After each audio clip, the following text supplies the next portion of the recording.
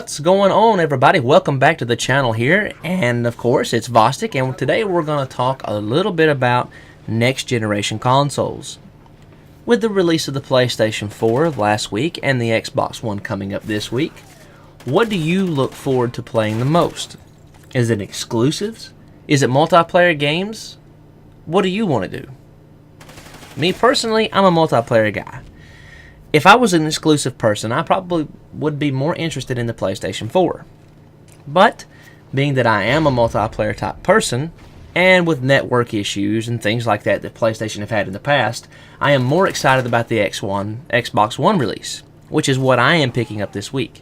I'll be arriving at the local GameStop down in Cartersville, Georgia, at around 6 o'clock. I have to do my pre-ring checkout. Then I have to go and find something to do for a couple of hours and get back at 10 o'clock. Once I'm there at 10, we'll start taking part in some of the festivities that the GameStop has to offer. You know, they usually have systems set up, or games, or tournaments, or ways to win little prizes, or whatever. And I'm kind of looking forward to seeing what they put together for this. Once I get my system, it'll be a 1-hour drive rush back to my home so I can set it up, get it updated, run all the diagnostics, make sure everything is working, and if Lord willing, I will start streaming immediately. I've taken off for Friday, so I should be on Thursday night, Friday all day, Saturday, and Sunday after church. Now, one thing that I am concerned about is the PlayStation 4 failure rate. There was about 0.5% estimated that the systems would fail right out of the box.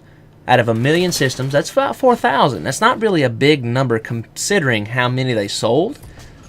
But if you're one of the 4,000 people, I bet it's extremely aggravating.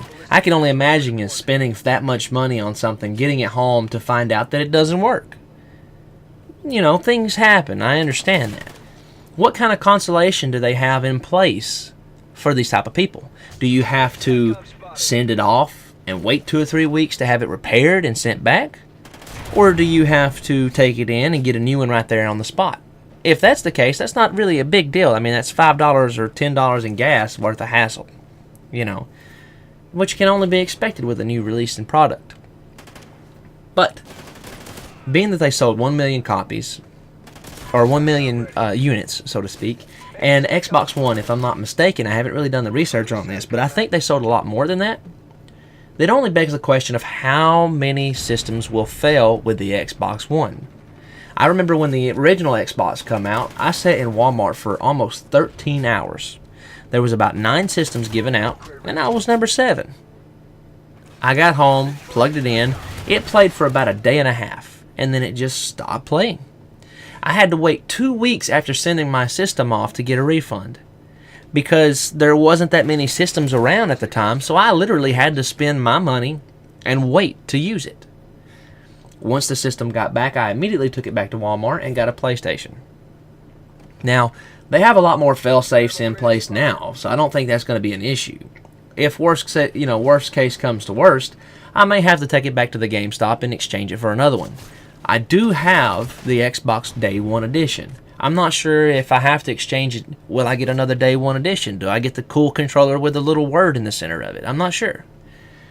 But what do you as a person think? What is your opinion on what should be a fair situation and how it should be handled?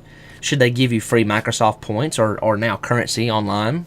Should they give you a free game download? What do you think would be fair for PlayStation or Xbox One? Me personally, I think on the Xbox One, I think $8 worth of Microsoft points, currency, or whatever would be fair to me, because that's about what it would take for me to drive down there to get the system and to drive back.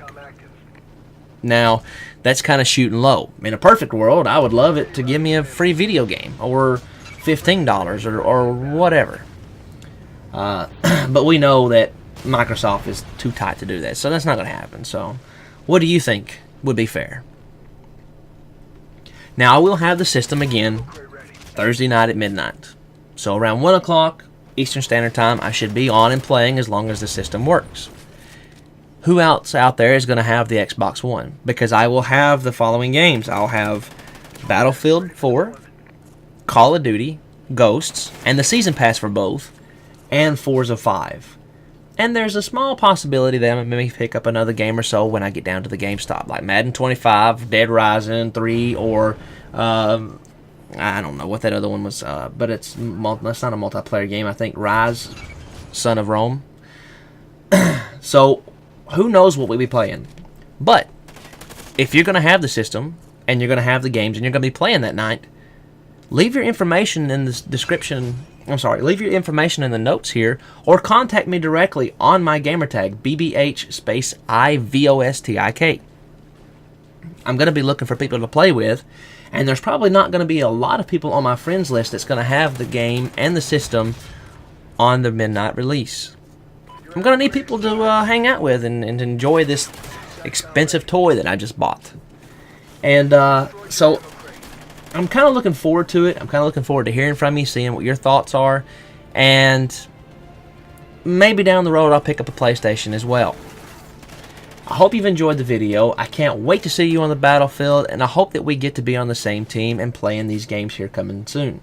I hope you guys have a great night. God bless you, and I'll see you on the next live stream or the next commentary video.